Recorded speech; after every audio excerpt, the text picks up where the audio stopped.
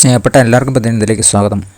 അവൻ വെള്ളത്തിനരികെ നട്ടിരിക്കുന്നതും ആറ്റിരികെ വീഴുന്നിരിക്കുന്നതുമായ വൃക്ഷം പോലെയാകും. ഇരിമ്യാവ് 12:8 വാക്യം. പ്രതികൂല സാഹചര്യങ്ങളെയും വിശ്വാസത്തിൽ കാത്തിരുന്ന അനേകരെപ്പറ്റി ബൈബിൾ പറയുന്നു. നോഹ മഴയ്ക്കായി കാത്തിരുന്നു. കാലേബ് വാഗ്ദത്ത നാട്ടിൽ ജീവിക്കുവാനായി 40 വർഷം കാത്തിരുന്നു. റിബേക്ക 20 വർഷം ഒരു തലമുറയ്ക്ക് കാത്തിരുന്നു. യാക്കോബ് 7 വർഷം റാഹേലിന് വേണ്ടി കാത്തിരുന്നു.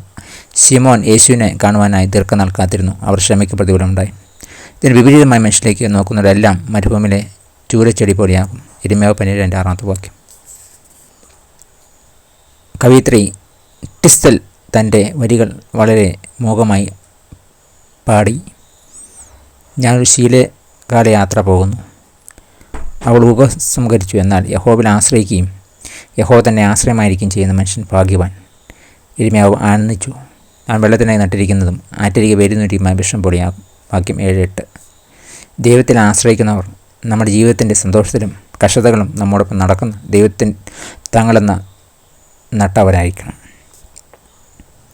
ദൈവത്തിലുള്ള നിങ്ങളുടെ ആശ്രയത്തെ ഉണർത്തുന്ന ദൈവത്തെപ്പറ്റിയുള്ള നിങ്ങളുടെ അറിവ് എന്താണ്? ജീവിതത്തിലെ ഏത് സാഹചര്യത്തിലാണ് അവിടുത്തെ സ്ഥിരതയുള്ള മണ്ണിൽ നിങ്ങളുടെ വിശ്വാസം ആഴത്തിൽ നടന്നത്? പ്രാർത്ഥിക്കാൻ. സ്വർഗീയ പിതാവേ, എൻ്റെ ജീവിതവും പ്രയോജനമില്ലാത്ത കഠിനമായ കാറ്റിനാൽ ഉലയുമ്പോൾ അങ്ങയുടെ ശാശ്വത സ്നേഹത്താൽ എന്നെ കൂടുതൽ ആഴത്തിൽ നട്ട് അങ്ങനെയുള്ള എൻ്റെ വിശ്വാസത്തെ വളർത്തണമേ.